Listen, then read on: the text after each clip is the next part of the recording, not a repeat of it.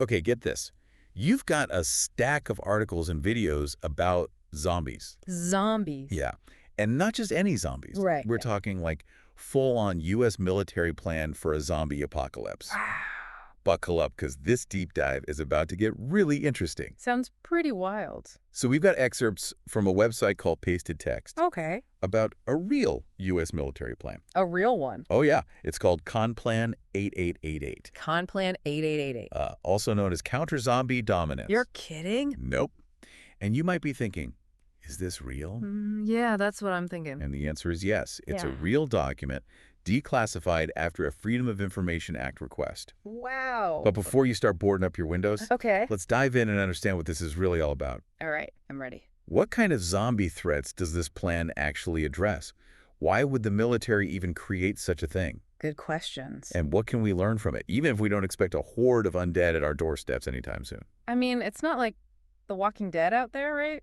Not yet, anyway. So this plan, CONPLAN 8888, it was actually created as a training exercise. Training. Yeah, for junior officers learning the Department of Defense's Joint Operational Planning and Execution System. What is that? It's called JUPES.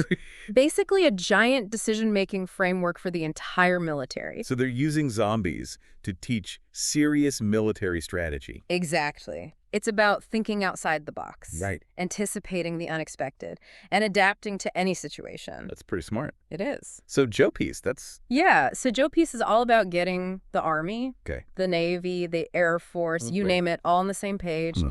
working together seamlessly. Gotcha. And CONPLAN 8888, it was like this unique way for these officers to practice Yeah. applying JOPES phases Okay. from strategic guidance all the way down to tactical execution, Right. all within this like crazy zombie scenario. It's amazing how much detail they put into this plan. Yeah. They categorized all these different types of zombies. Yeah, they did. Like pathogenic zombies. Yeah, the classic virus spread ones. Right, like in the movies. Exactly. And they're a great model for planning against, like, a pandemic outbreak. Oh, that makes sense. But then they get even more creative. Oh, yeah. Like what? Radiation zombie. Radiation zombie. So you have to think about, like, the immediate threat. The radiation? Yeah, but also how to deal with a potential mutated population after a nuclear event. That's a lot to think about. And it makes you think about the long-term consequences and recovery efforts. It's like each zombie type is a puzzle piece that Fun fits thread. into this bigger picture of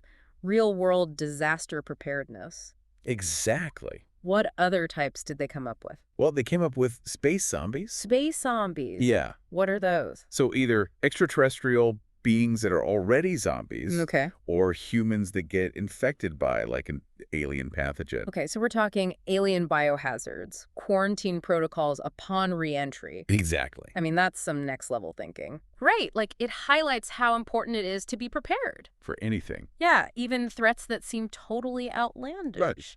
Like space zombies? Space zombies, but you can draw parallels to real-life concerns, For sure. like the growing conversation around potential contamination from returning space missions. Absolutely.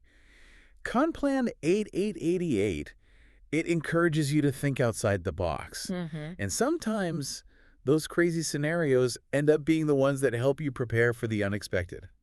That's true. It is. You mentioned each zombie type has a real-world parallel. Yeah. What about weaponized zombies? Oh, those represent the very real threat of bioterrorism. Bioterrorism. Like someone could engineer a virus or bacteria Right. to create a super contagious and deadly pathogen. Like a weaponized disease. Exactly. And then there's vegetarian zombies. That one always gets me. So what, are they just going to munch on all our crops? Right.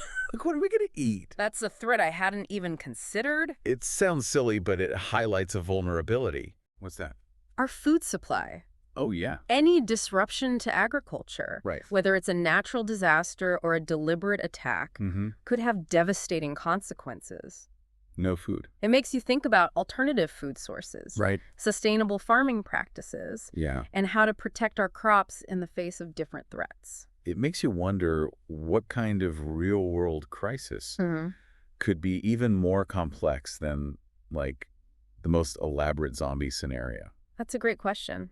And it speaks to the limitations of any plan. What do you mean?